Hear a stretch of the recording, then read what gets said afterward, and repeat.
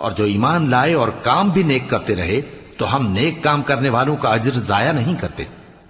ایسے لوگوں کے لیے ہمیشہ رہنے کے باغ ہیں جن میں ان کے محلوں کے نیچے نہریں بہ رہی ہیں، ان کو وہاں سونے کے کنگن پہنائے جائیں گے اور وہ باریک دیبا اور اطلس کے سبز کپڑے پہنا کریں گے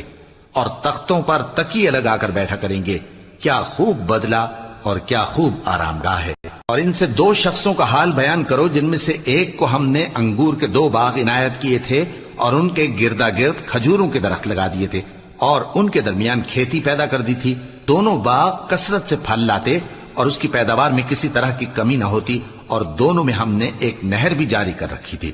اور اس طرح اس شخص کو ان کی پیداوار ملتی رہتی تھی۔ تو ایک دن جبکہ وہ اپنے دوست سے باتیں کر رہا تھا، کہنے لگا کہ میں تم سے مال و دولت میں بھی زیادہ ہوں اور جتھے اور جماعت کے لحاظ سے بھی زیادہ عزت والا ہوں،